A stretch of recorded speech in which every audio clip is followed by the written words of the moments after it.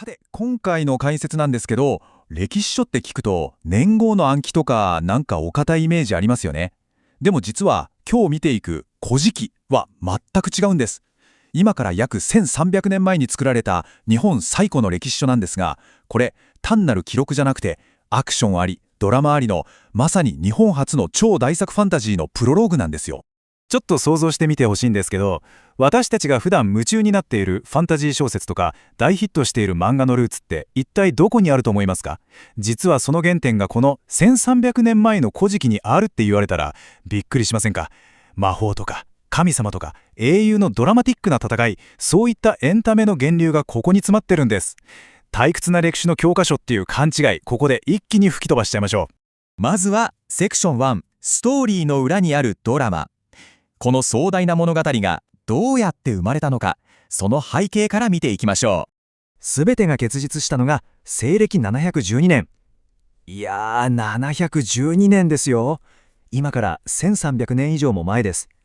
この年にとてつもない国家プロジェクトが完成して、日本最古の歴史書として世に出たわけです。ただ、中身のフレッシュさは今読んでも全然色あせてないんですよね。で、この大プロジェクト、全くタイプの違う3人の奇跡的なチームワークで成り立ってるんです。まずトップである天武天皇がバラバラの歴史を一つにまとめようぜって発案します。次に登場するのが日枝アレという人物なんですが、この人、信じられないことに膨大な歴史とか物語を全部頭の中に丸暗記しちゃったんです。文字通り歩くデータベースですよね。そして最後に大安丸路という人がその暗記した内容を正確に聞き取って文字として書き留めました。この3人の見事なリレーがなかったら、今の私たちはこの物語を知ることはできなかったっていうわけなんです。さあ、ここからが本番です。セクション2、不完全な神々の冒険。人間味あふれるドタバタな神話の世界に入っていきますよ。世界中の神話に出てくる神様って普通は完璧で全知全能、私たち人間とはかけ離れた存在ってイメージじゃないですか。でも古事記の神様たちは全然違うんです。ものすごく不完全ですぐに感情的になるし、要するに人間臭いんですよ。平気で失敗するし、めっちゃ怒るし、なんなら大泣きもします。でもだからこそ共感できる。このキャラクター設定って現代の物語作りにそのまま通じるすごく重要なポイントなんですよね。じゃあ具体的にどんな冒険が始まるのか。世界の始まりはまるで映画のオープニングみたいに超エネルギッシュです。イザナギとイザナミっていう2人の神様が登場するんですが、彼ら何もないドロドロの海をなんと巨大な槍で物理的に力強くぐるぐるとかき混ぜるんです。でそこからたたり落ちた雫が固まって日本列島ができちゃう。いやー、スケールが規格外すぎません？文字通り海をかき回して世界を誕生させるっていうダイナミックすぎる冒険から幕を開けるんです。でも物語はそんなにスムーズには進みません。次に訪れるのは宇宙規模の大ピンチです。太陽の神様であるアマテラス大神がある身内のトラブルに大ショックを受けて、なんと岩戸の中に引きこもってしまうんです。光を司る宇宙のトップが実質に鍵かけちゃったもんだから、さあ大変。世界中が恐ろしいほどの真っ暗闇になってしまうんです。全能のはずの神様がショックで引きこもって世界を巻き込む大パニックを引き起こす。こんなサスペンスフルで人間臭いドラマなかなかないですよね。そして暗闇の危機をどうにか脱出後も息をつく暇はありませんよ。ここからはアクション映画のクライマックスみたいに一気にペースが上がります。トラブルメーカーだった荒ぶる神スサノオミコミトが地上に降り立って人々を苦しめる巨大で恐ろしい怪物、そう、あのヤマタノオロチと真っ向勝負するんです。知恵と力と勇気を振り絞ってこの巨大モンスターを激しい戦いの末に打ち倒す。暴れん坊だった神様が戦いを通して真のヒーローへと成長していく。このモンスター討伐クエストこそまさに現代の冒険ファンタジーの王道ルートですよね。さて、そんな熱い展開から物語は少しずつ形を変えていきます。セクション3、英雄から人間の歴史へ。神話の世界から現実へのグラデーションを見ていきましょう。古事記全体の構成を見ると時間の流れがすごく計算されているのがわかるんです。まず上巻は今お話ししたような神々のぶっ飛んだ大冒険の物語。続く中巻になると舞台は地上に移って初代の神武天皇とか日本武の玉ような冒険を繰り広げる人間の英雄たちへとバトンが渡されます。ここで国がだんだんまとまっていくわけです。そして最後の加減。ここでは聖徳太子の少しまでまの時代というより現実的な人間の歴史へと着地していきます。神様から英雄、そして実在の人間へ。このグラデーション、本当によくできてますよね。いよいよ最後です。セクション4、現代へつながれるたすき。この物語がなぜ今の私たちにとって重要なのかに迫ります。ここで一番お伝えしたいことは、プロジェクトの言い出しっぺである天武天皇のこの思いなんです。バラバラになっていた日本の成り立ちを正しくまとめ、国のアイデンティティを確立しよう。つまり、古事記ってただの面白エピソード誌を作ろうとしたわけじゃないんです。天武天皇のこの強いビジョンが見事に形になった結果なんですよね。日本ってどうやって生まれて、どんな神様や人間がたすきをつないできたのか。それが今この国に生きる私たちのアイデンティティの土台になっているんです。さて、いかがだったでしょうか。完璧じゃない神様たちが泣いて怒って海をかき混ぜてモンスターと戦いながら紡いできた1300年前のファンタジー巨編。単なる古い記録なんかじゃなくて、今もリアルに脈立ってる鮮やかな物語だってことを感じていただけたと思います。最後に皆さんにこんな問いを投げかけさせてください。私たちの原点ともいえるこの壮大な物語をあなたならどう読み解きますか？ぜひ一度このドラマチックな冒険の扉を開いて、ご自身の目でその世界を味わってみてくださいね。欢迎大家来到本期解读。今天咱们要聊的绝对不是那种沾满灰尘、让人看了直打瞌睡的无聊历史书，完全不是。我们要看的是一部有着1300年历史的超级大片，它可是关于日本起源的终极故事。如果你平时喜欢听故事，喜欢那些充满了魔法、英雄还有各种意想不到的大反转的情节，那你今天绝对来对地方了。在咱们正式开始之前呢，我想先问大家一个问题。我知道啊，你们平时肯定没少看各种动漫、奇幻小说或者漫画，对吧？里面那些酷炫的魔法和巨大怪兽的史诗级战斗，还有那些个性爆表的角色，你们有没有好奇过，这些经典的奇幻套路最初到底是从哪里冒出来的吗？难道真的是现代人坐在电脑前凭空捏造出来的吗？好啦，不卖关子了，我们直接进入正题。答案就是古世纪。这部剧作完成于遥远的河童5年，也就是公元712年。这是日本现存最古老的历史书。但是千万别被历史书这3个字给吓跑了。我跟你们保证，它里面的内容简直比现在市面上很多奇幻轻小说还要精彩100倍。第一部分，日本最古老的奇幻起源的故事。我们要把古世纪从死板的教科书印象中彻底解放出来，看看这部宏大史诗的真面目。那么这部庞大的史诗到底有多宏大，结构又是什么样的呢？大家猜猜看。答案是3。对，没错，就像咱们现在去电影院最爱看的那种好莱坞电影3部曲一样，这部剧制也被极其巧妙地分成了3个截然不同的部分。第二部分，故事的3个阶段，经典3部曲。我们来看看这个故事是怎么一步步铺垫、层层递进的。咱们顺着时间线理一理啊，这个发展脉络简直绝了。第一部是上卷，这上来就是宇宙级别的世界观构建，讲的是天地初开，还有像天照大鱼神这种超级著名的大神们四处显灵的故事。紧接着第二部进入中卷，画风一转，直接开启了英雄时代。初代神武天皇登场，还有像日本武尊这样四处冒险打怪的英雄，整个国家开始慢慢凝聚起来。最后第3部的下卷，故事就变得非常脚踏实地了，时间线一直推进到圣德太子的前夕，讲述的是以天皇为中心的更加真实的人类历史。从神话到现实人类，这跨度是不是超级震撼？第3部分，非常人性化的神明，充满缺陷与戏剧性。这一部分绝对会颠覆你们的认知。这张图生动地说明了我们平时的预期和古世纪真实情况之间的巨大反差。一提到古代的神明，大家脑子里是不是马上浮现出那种高高在上、无感情、完美无缺的形象？其实完全不是。在古世纪里，神明们可是非常接地气的。他们会生气，会委屈痛哭，会犯大错，甚至会搞出一些让人啼笑皆非的荒诞闹剧。他们简直就像是咱们今天在漫画里看到的那种充满个性、让人又爱又恨的真实角色。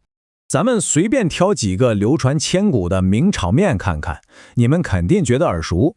比如伊邪那岐和伊邪那美这两位大神创造日本列岛的方式，居然是站在天上，拿着一根长矛在海里搅拌，就像搅咖啡一样，就把岛给搅出来了。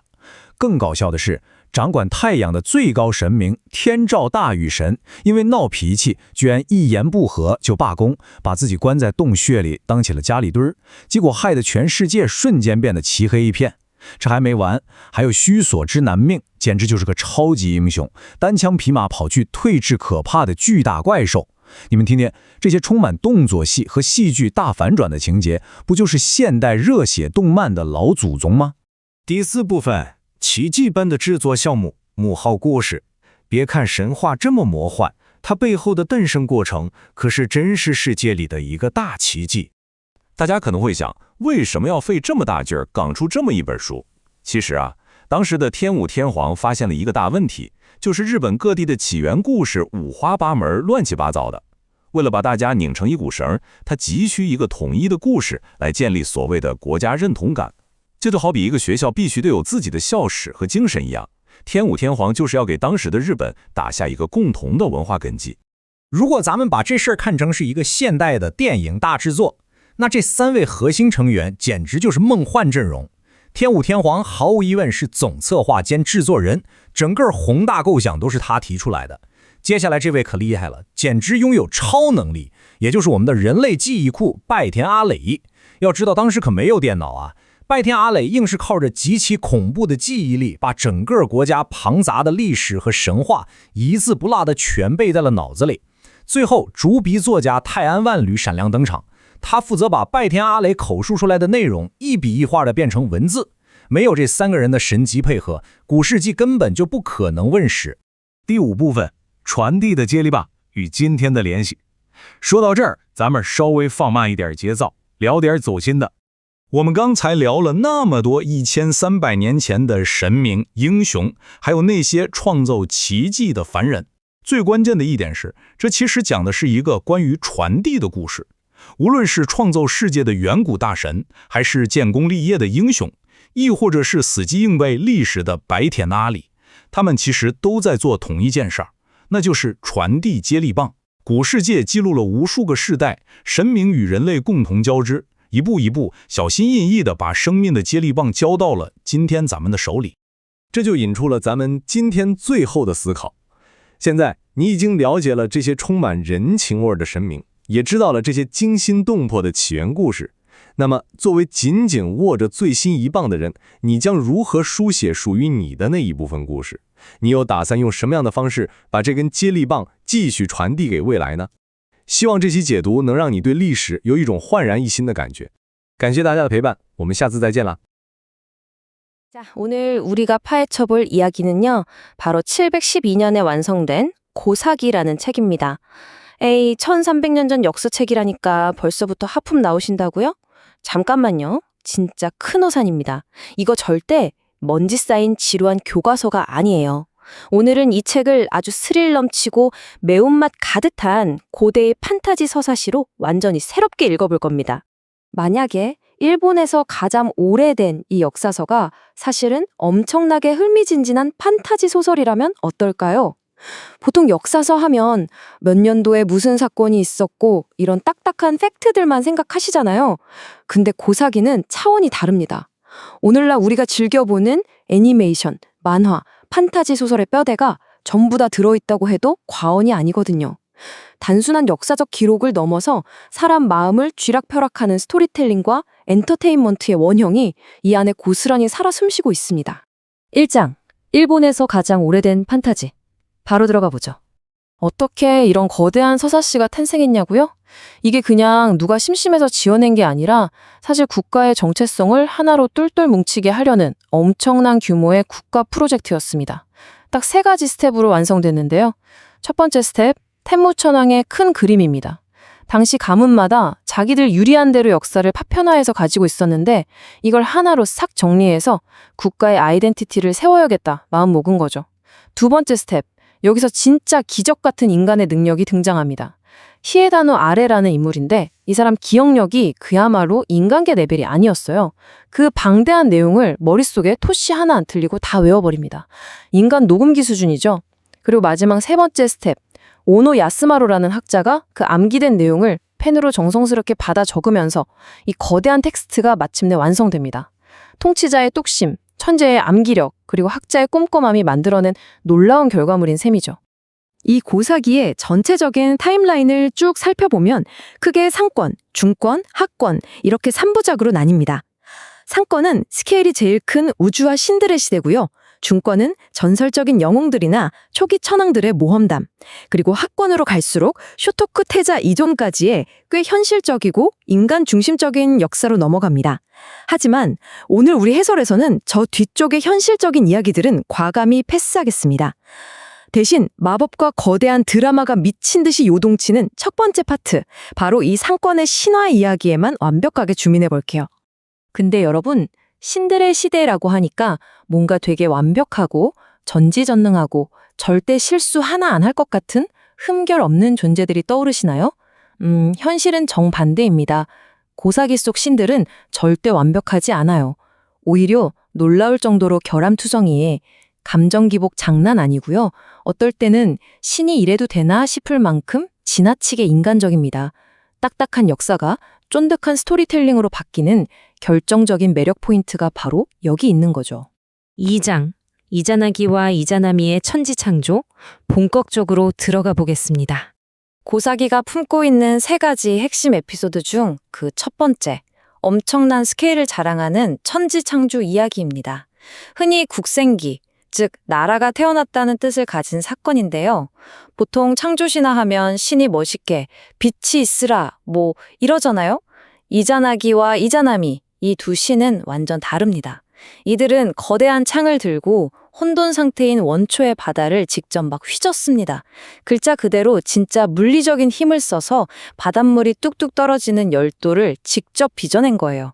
아주 원초적이고 역동적이며 땀 냄새가 훅 날 것 같은 물리적인 방식으로 국가의 무대를 세팅한 겁니다. 이어서 3장, 동굴의 숨은 아마테라스입니다.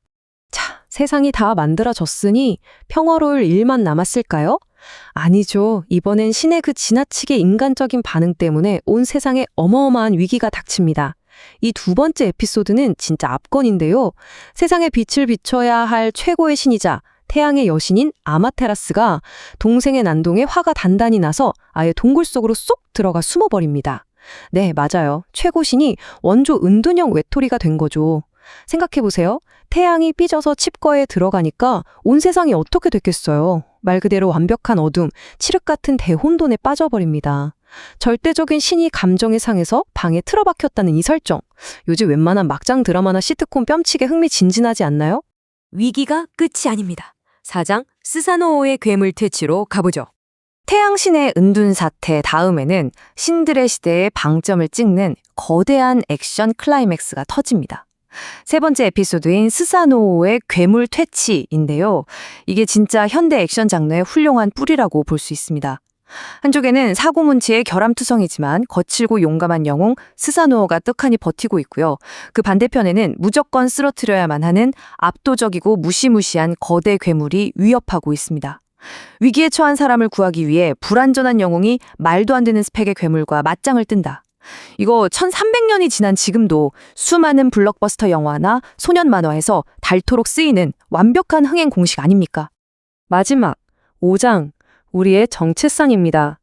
지금까지 진짜 거칠고 장대하고 때로는 어이없을 만큼 엉뚱한 고대의 신화들을 쭉 훑어봤는데요. 자, 이제 이 서사시를 우리의 현실로 한번 싹 끌고 와볼까요? 도대체 이 옛날 이야기들을 왜 이렇게 열심히 기록해뒀던 걸까요? 처음에 말씀드린 텐모천왕의 목적을 다시 떠올려 보세요. 이 고사기는 재미로 읽고 끝내는 전래동화 모음집의 절대 아닙니다. 이건 결국 시대를 뚫고 우리에게 바통을 이어주는 거대한 릴레이 스토리예요. 이자나기, 아마테라스, 수사노오 같은 결함 많고 인간적인 신들부터 실존했던 천왕들까지 그들이 겪은 온갖 우여곡절이 결국 우리는 어떻게 시작되어 여기까지 왔는가라는 정체성의 바통이 되어 시대를 넘어 사람들에게 직접 전달되고 있는 겁니다. 자, 이제 오늘 해설을 마무리하면서 여러분께 꽤 도발적인 질문을 하나 던지고 싶네요. 1300년 전에 쓰인 이 고대의 드라마틱한 이야기들이 과연 박물관에 박제된 과거일 뿐일까요? 여러분이 매일 소비하는 문화와 엔터테인먼트에 어떻게 여전히 살아 숨쉬고 있을지 한번 생각해 보세요. 당장 오늘 밤 넷플릭스에서 즐겨보실 애니메이션이나 자기 전에 읽는 웹툰 속 매력적인 영웅들에게서 이 고사기의 메아리를 찾아보시는 건 어떨까요? 장담컨대 생각보다 훨씬 더 많은 곳에서 이 고대 신들의 진한 흔적을 발견하시게 될 겁니다. Okay, close your eyes for a second. Imagine a world where the gods, they don't just sit quietly up in the clouds. No, they are fiercely battling terrifying beasts. They're plunging entire continents into eternal darkness over, of all things, family feuds. And they're literally stirring the oceans with massive spears to build new lands from scratch. Sounds exactly like the plot of the next big modern blockbuster, right? Or maybe some epic fantasy novel. Well, prepare to have your expectations completely shattered, because today we're diving into a source text that holds the literal DNA of Japanese mythology. Let's just throw ourselves right into the middle of the action here.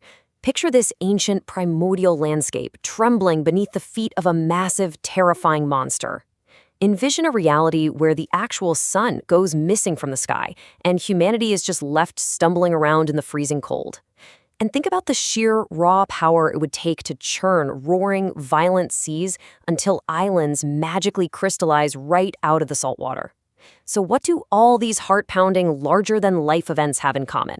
Well, believe it or not, they all happen in the exact same book. And that brings us to the biggest misconception we're going to clear up today. You know, a lot of people assume this book is just, well, a dry, dusty, totally boring history textbook packed with rigid dates and names. But in reality, it's an epic fantasy adventure. It is absolutely teeming with drama, magic, and heroism. And the crazy part? This isn't some new release you'd find in the fiction aisle. This is the Kojiki, finished way back in the year 712 AD. So we're talking over 1,300 years ago. It's officially Japan's oldest surviving history book. But instead of just a stiff record of past events, it's universally cherished as this grand, sweeping narrative that details the very origins of Japan itself. Section 1. The Lore. 3 Grand Eras. To really grasp the Kojiki, you've got to understand the massive universe it maps out. If we trace its complete chronological flow, it's kind of like a giant 3-part epic. Volume 1 is entirely dedicated to the Age of Gods. This covers the absolute primordial beginning of the world following the spectacular exploits of divine figures, like the sun goddess, Amaterasu.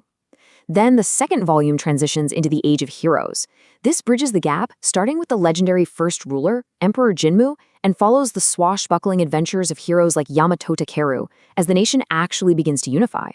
And finally, the third volume brings us down to the Age of Humans. This descends into a much more grounded, realistic history centered around the emperors, leading right up to the era just before the famous Prince Shotoku. So as you can see, it organically traces this unbroken line from the literal clouds of myth straight down into the soil of human history. Moving on to Section 2. Behind the Epic, Miraculous Memory. Now, before we jump back into the wild action of the gods, we really need to talk about the incredible, real-life story of how this book even came to exist.